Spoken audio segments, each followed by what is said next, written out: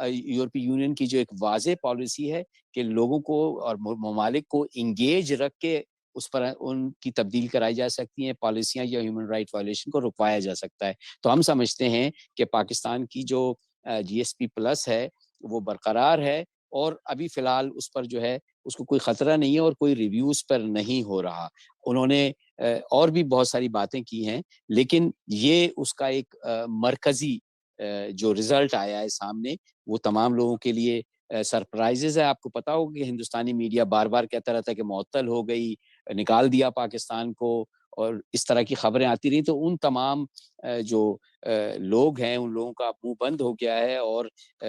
یہ جو فیک تمام جو خبریں تھیں اس کے متعلق وہ اب ختم ہو جانی چاہیے. جی بہت شکریہ, خالد بہت شکریہ. جی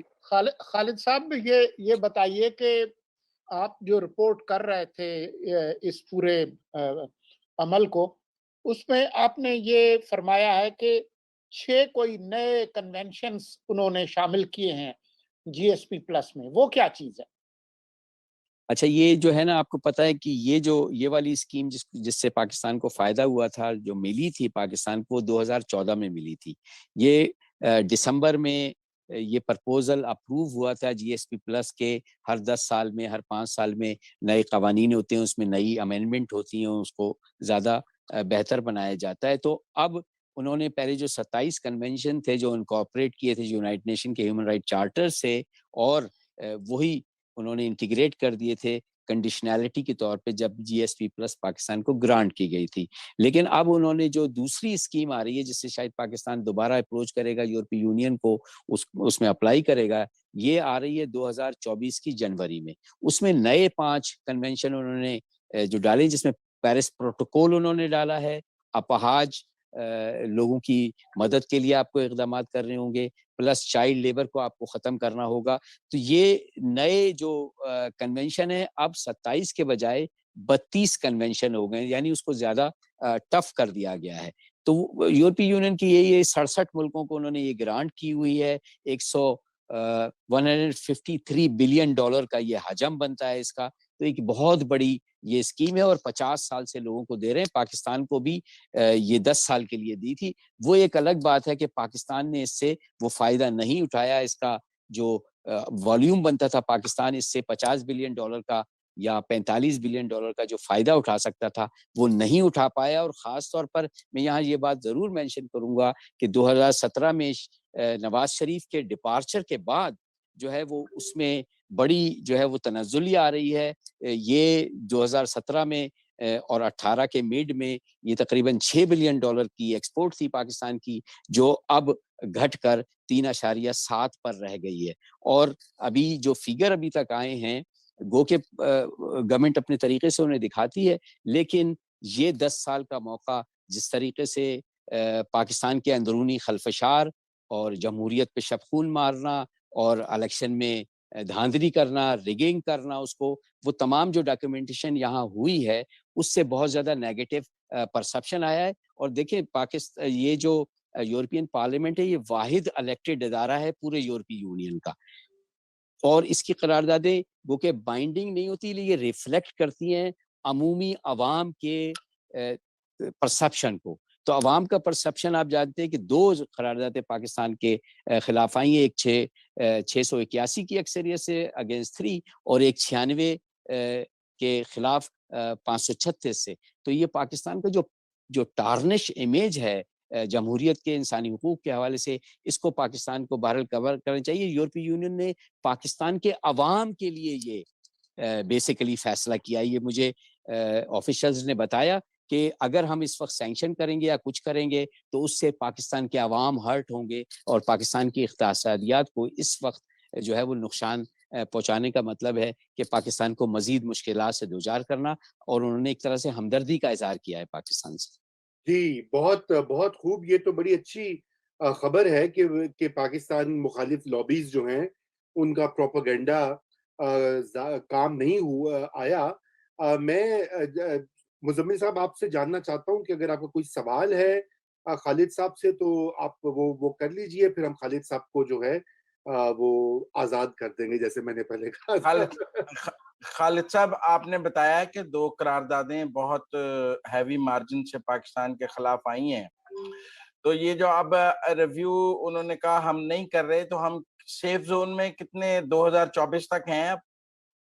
میں یہ کہہ سکتا ہوں کہ جو دیکھیں اوپنلی تو انہوں نے یہ بات نہیں کہی ہے کہ آپ سیف زون میں ہیں، لیکن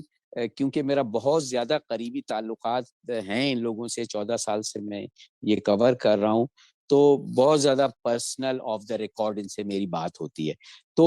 وہ اندرونی طور پر جو آفیشلز ہیں ان کا خیال یہی ہے کہ آخری جو 2 سال رہ گئے اس میں پاکستان کو موقع دیا جائے، انگیج رکھا جائے، زیادہ امپروومنٹ ہیومن رائٹ کے سلسلے میں کی جائے، تو 2 سال تک میں سمجھتا ہوں کہ پاکستان محفوظ ہے جی ایس پی پلس کی اسکیم کے سلسلے میں۔ لیکن آپ یہ بھی کہہ رہے ہیں کہ جو فائدہ اٹھانا چاہیے تھا پاکستان کو وہ اس طرح سے نہیں اٹھا سکا، اور پچھلے 3 سال میں جب سے ہمارے ہاں نئے پاکستان کی سرکار آئی ہے تو ہماری جو برآمدات ہے اس کی جو ویلیو ہے وہ تقریباً آدھی رہ گئی ہے۔ بات یہ ہے کہ جو موجودہ حکومت ہے یہی نہیں ہے، صرف موجودہ حکومت کے آنے کے بعد سے پاکستان بہت تنہائی میں گیا ہے، صرف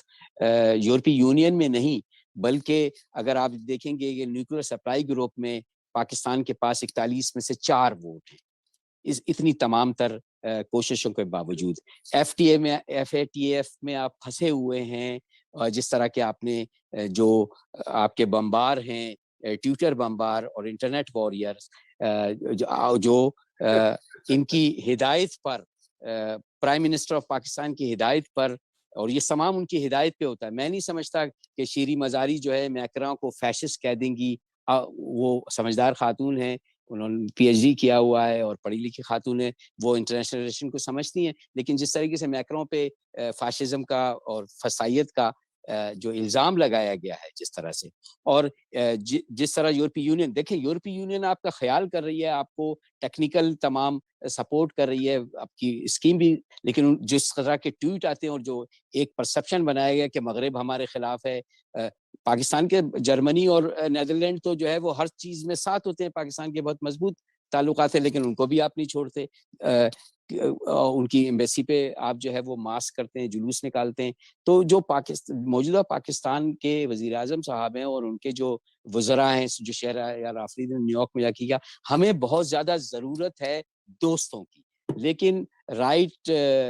ٹاپ باٹم اور ہاریزونٹل ورٹیکل ہر جگہ سے ہم کوئی نہ کوئی ری ایکشن کرتے ہیں، یہ ری ایکشن کی ضرورت نہیں ہے۔ یورپی یونین کا اس وقت میں آپ کو بتاؤں اور فرانس کی جو ہے ایک بہت بڑا جھگڑا امریکہ سے چل رہا ہے، لیکن آج تک یورپی یونین نے امریکہ کے خلاف ایک لفظ نہیں کہا، پرائیویٹلی وہ بہت زیادہ کرٹیسائز کر رہے ہیں لیکن سنبھالنے کی کوشش کر رہے ہیں تعلقات کو۔ تو پاکستان کی موجودہ حکومت کو سمجھنا چاہیے کہ بھائی خدا کے لیے مزید تنہا نہ کریں، آپ کی بہت بڑی کمیونٹی ہے یہاں پر، وہ بھی انکارسریٹ ہوگی، ان کا بھی کچھ خیال کریں جو اوورسیز پاکستانی ہیں۔ بالکل، لاکھوں کی تعداد میں یورپ میں، لاکھوں کی تعداد میں امریکہ میں، اور اسی طرح مشرق وسطیٰ میں یہ ملینز آف پاکستانیز، ان کا سوال ہے۔ بہرحال خالد صاحب، آپ کی تمام تر اہم نکات کے بعد میرا ایک ہی آپ کو جواب ہے، اور وہ ہے ایبسولوٹلی ناٹ، اور اسی کے ساتھ جو ہے میں آپ کی آمد کا بہت شکریہ، اور انشاءاللہ آپ کو ہم جو ہے وقتاً فوقتاً زحمت دیتے رہیں گے